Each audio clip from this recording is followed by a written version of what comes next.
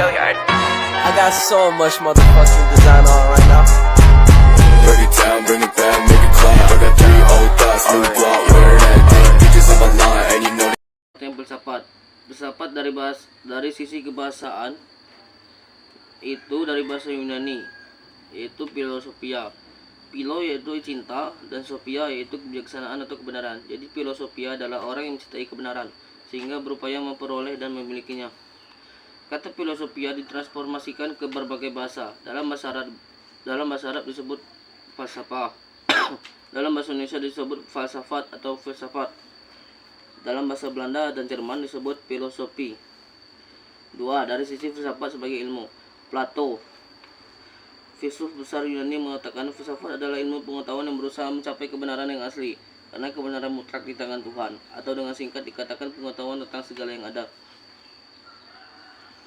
Selanjutnya Aristoteles, murid Plato, mengatakan filsafat adalah ilmu pengetahuan yang meliputi kebenaran yang terkandung di dalamnya, ilmu metafisika, logika, retorika, politik, sosial budaya, dan estetika.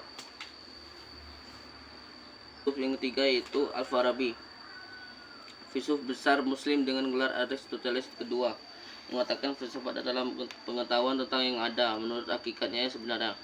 Yang keempat Immanuel Kant, filsuf Barat dengan gelar raksasa pemikir Eropa, mengatakan filsafat adalah ilmu pokok dan pangkal segala pengetahuan yang mencakup di dalamnya 4 persoalan. Yang pertama itu apa yang dapat kita ketahui dijawab oleh metafisika. Yang kedua, apa yang boleh kita kerjakan dijawab oleh etika. Yang ketiga, apa yang dinamakan manusia dijawab oleh antropologi. Dan yang keempat, sampai di mana harapan kita dijawab oleh agama. Sub yang kelima yaitu Asbullah Bakri. Menurutnya, filsafat adalah ilmu yang menyelidiki segala sesuatu dengan mendalam mengenai ketuhanan, alam semesta, dan manusia, sehingga dapat melahirkan pengetahuan tentang bagaimana hakikatnya sejauh yang dicapai manusia. Yang tiga, filsafat dari sisi benda. Titus dan kawan-kawan mengajukan 2 pengertian filsafat. Pengertian yang pertama yaitu filsafat adalah sekumpulan problem-problem yang langsung dan mendapat perhatian dari manusia yang dicarikan jawabannya oleh ahli filsafat. Pengertian yang kedua yaitu filsafat adalah sekumpulan sikap dan kepercayaan terhadap kehidupan dan alam yang biasanya diterima secara tidak kritis. Materi keempat itu filsafat sebagai suatu aktivitas. Filsafat adalah sebagai suatu proses berpikir untuk memperoleh jawaban-jawaban dari berbagai problem. Titus dan kawan-kawan memberikan 3 pengertian filsafat sebagai aktivitas. Yang pertama yaitu filsafat adalah suatu proses kritik atau pemikiran terhadap kepercayaan diri dari sikap yang sangat kita junjung tinggi. Yang kedua, filsafat adalah sebagai analisis logis dari bahasa serta penjelasan tentang arti kata dan konsep. Yang ketiga, filsafat adalah suatu usaha untuk memperoleh gambar dan keseluruhan. Berdasarkan konsep dan teori tersebut, proses berfilsafat tersebut melalui 4 tahap. Tahap yang pertama yaitu logis, yaitu berpikir dengan menggunakan logika, yaitu melalui 3 tahap. Yang pertama pemahaman, keputusan, dan argumentasi. Yang kedua sistematis, yaitu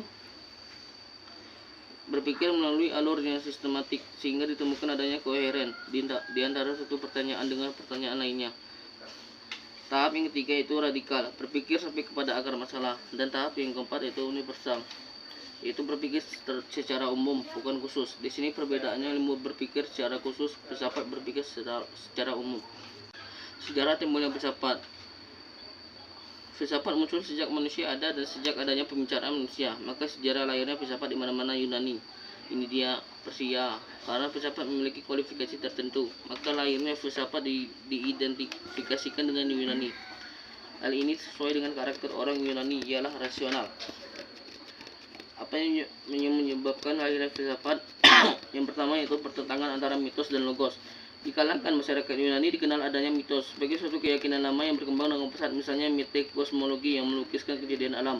Lama-lama mitos hilang dikalahkan oleh logos, maka logos penyebab pertama lahirnya filsafat. Yang kedua yaitu rasa ingin tahu. Karena mitos hanya bersifat dongeng belaka, maka orang mulai berpikir yang logis untuk mencari jawaban-jawaban yang logis. Keingintahuan terhadap alam semesta, keingintahuan terhadap penciptanya, dan sebagainya. Yang ketiga yaitu rasa kagum. Menurut Plato, filsafat lahir adanya kekaguman manusia tentang dunia dan lingkungannya. Para filsuf atas kekagumannya mencoba merumuskan asal mula alam semesta. Thales, bapak filsafat Yunani, mengatakan alam semesta berasal dari air. Apa gunanya filsafat bagi manusia? Filsafat mampu memberikan pemahaman yang menyeluruh terhadap suatu wujud, sekaligus memberikan konsep kebenaran terhadap wujud tersebut. Dengan kebenaran, manusia akan bertindak bijaksana. Gunanya filsafat yang kedua itu, filsafat dapat memberikan kepuasan bagi filsuf atau seseorang karena kemampuannya dalam menggambarkan problem kehidupan yang sedang dan akan dihadapi sesuai dengan leluasan pemahamannya.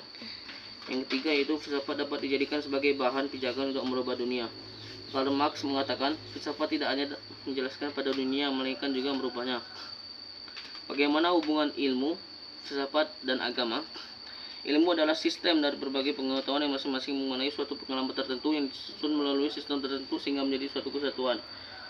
Menurut Arsojo, ilmu terdiri dari 3 kesimpulan, yaitu yang pertama merupakan akumulasi pengetahuan yang disistemasikan. Yang kedua, suatu pendekatan atau metode pendekatan terhadap seluruh dunia empiris, yaitu dunia yang terikat oleh faktor ruang dan waktu. Dunia pada prinsipnya dapat diamati oleh panca indera manusia. Dan yang ketiga yaitu satu cara yang mengizinkan kepada ahli lainnya untuk menyatakan suatu proporsi. Filsafat menurut Plato dan Al-Farabi. Filsafat adalah pengetahuan tentang segala yang ada. Itu yang kedua, agama.